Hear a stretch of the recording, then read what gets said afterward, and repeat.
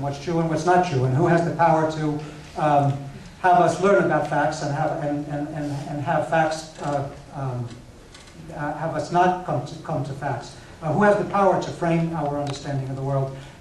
We can turn to Foucault, among others, who pointed out that truth is shaped by power, by how we understand truth and how we understand the world is fundamentally shaped by power. And I was talking with one of the members of the Muslim Student Union over coffee before he came to this talk, and you know, he was asking a very similar question. Why is it that the United Nations, you know, makes all of these resolutions which are based on fairness and justice and international law, and in the practice they mean nothing? And I mean, the answer in part to that, I don't think they mean nothing. I think they're very important. But in the practice, we have a world and an international system, fundamentally unjust system based on naked power relations. And that's a harsh reality we need to face, and the way we confront that is by developing counterpower. What I mean by counterpower is an accumulation of forces for justice from below.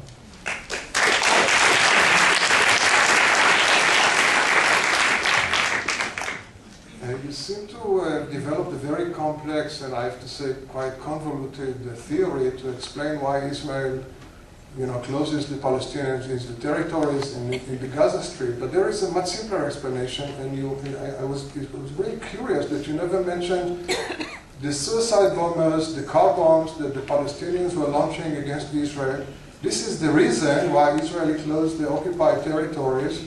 This is the reason why Israel is now building the separation wall. And all the rockets and the Qassam rockets that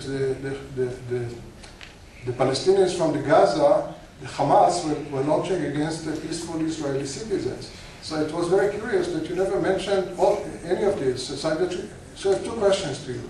Number one, why is it that in such a long lecture like you gave him, you never mentioned this kind of thing? In other words, the rockets, the suicide bombers, the car bombs, and the terrorism of Palestinians against Israel.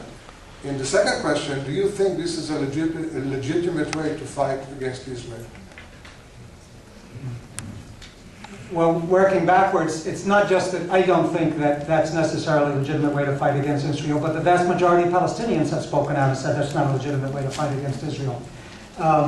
Nevertheless, what Israel has done and what defenders of Israel has done is taken those incidents to delegitimate Palestinian resistance. According to international law, Palestinians have an absolute right to resist. Anyone whose territory is occupied colonially have an absolute right to resist, and military and state and the representatives of the occupying power and its military are perfectly legitimate targets. Now, Palestinians are not waging an armed struggle right now against the Israeli occupation, but by international law, they would be sanctioned by international law. The vast majority of the Palestinians, including the Palestinian Authority, denounced the handful of suicide bombers. But remember also that if you're talking about terrorism, and if you're talking about using naked force against civilians, that the vast majority of the victims of terrorism in Israel Palestine are Palestinians, and the vast majority of the terrorist acts are committed by the Israeli state and its backers. And those are facts.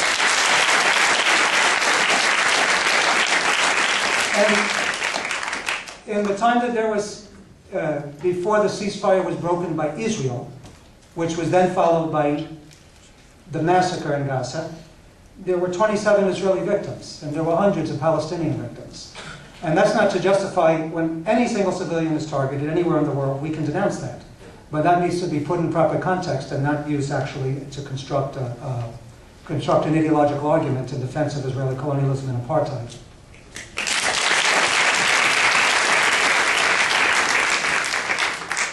My question is, what would be the best way to handle the accusation of being labeled as anti-Semitic? Like, for example, you mentioned Manuel Zelaya and how he had a press conference saying how much he wasn't anti-Semitic, and then you have other people who don't even acknowledge it. So what would be the most appropriate way to to deal with that kind of labelization, character assassination? It's an extremely important question. And by the way, I was systematically accused of being anti-Semitic, and by the way, I'm of Jewish background. I think it's very important not to move to the defensive. That's exactly how this mechanism works. No one wants to be accused of being racist, of being anti-Semitic, of discriminating against any one group. So it's like, it's a specific, concrete tactic.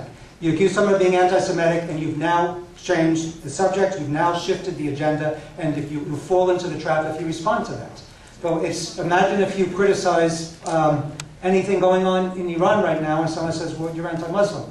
You would laugh at that. You say, well, it's not supposed to do anything. Imagine if you criticize something going on in China, and that can criticize endlessly things going on in China. Someone says, well, you're anti-Chinese. I mean, it should not be taken seriously. It should be deconstructed. It could be deconstructed as an ideological argument which is meant to deflect any criticism against Israel. And that's how we should respond, offensively, and deconstruct the new anti-Semitism argument.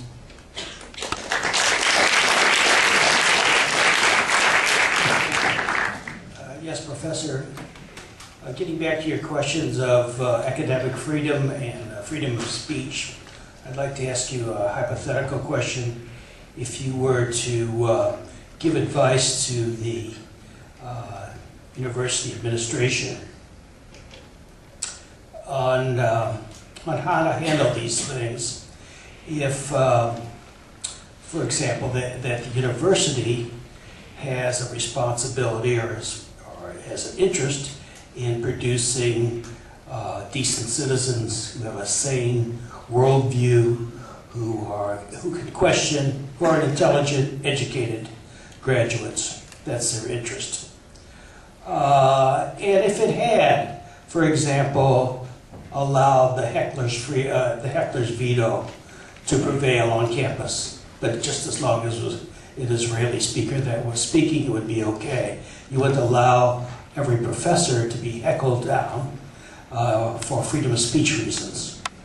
Secondly, on academic freedom, how do you propose to deal with a professor with complete freedom if they had cockamamie theories or conclusions that weren't based on the evidence, or they would take results that weren't helpful, they wouldn't include them, and they just wanted to not use scientific methods, but have conclusions based on their predetermination. Yeah, well, obviously you're asking a very important question, but we have to be very clear that as academics, we're subject and we're held to academic protocols. We have a complex processes in which we can't just say that we can't just invent knowledge out of thin air, and we don't get to the university, and we don't get degrees, and we don't get promoted, and we don't go anywhere if we simply invent anything that we want to. And there's a whole set of protocols, and academic freedom doesn't mean that we can invent anything we want. But academic freedom means that there is no censorship inside the classroom, and that there's free exploration and free discussion of all theories and counter-theories and all facts and counterfacts and so forth. So it's a very sensitive issue of where you draw the line, or how you achieve academic freedom. And by the way, academic freedom is not the same thing as free speech, but they're very closely related. But I do want to point out in the particular case of the Israeli ambassador coming to speak here, and I never said that the Israeli ambassador should not have been allowed to speak here. I haven't given my view, and I might not on that, but I would point out that the equivalent of the Israeli ambassador coming to speak here, being invited by UCI, would be the same as if you had invited Pinochet when he was still alive, or if you invited the ambassador from South Africa. You're talking about not a citizen in the United States exercising free speech right, but you're talking about the arm, the official arm and the official representative of an outlaw state. And I want to add, and I was talking with a colleague before coming here, and he said, well, okay, he's a professor here. I won't mention his name. He said, well, fine, him agreeing with me, so, the representative of an outlaw state comes here to speak. But when has the UCI administration invited some Palestinian leader to come here and speak?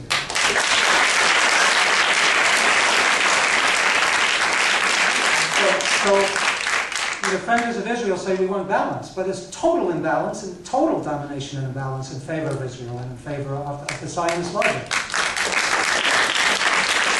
And I have many students, Palestinian students and students from other Middle Eastern countries coming up and saying, listen, the professors talk in the classroom that all of us are Islamo-fascists and Islamo-terrorists and all of these horrible things, and I feel horrible and I can't do a single thing. And they wouldn't get anywhere with any complaint because of the unbelievable imbalance and discrimination in the UC campuses and in the United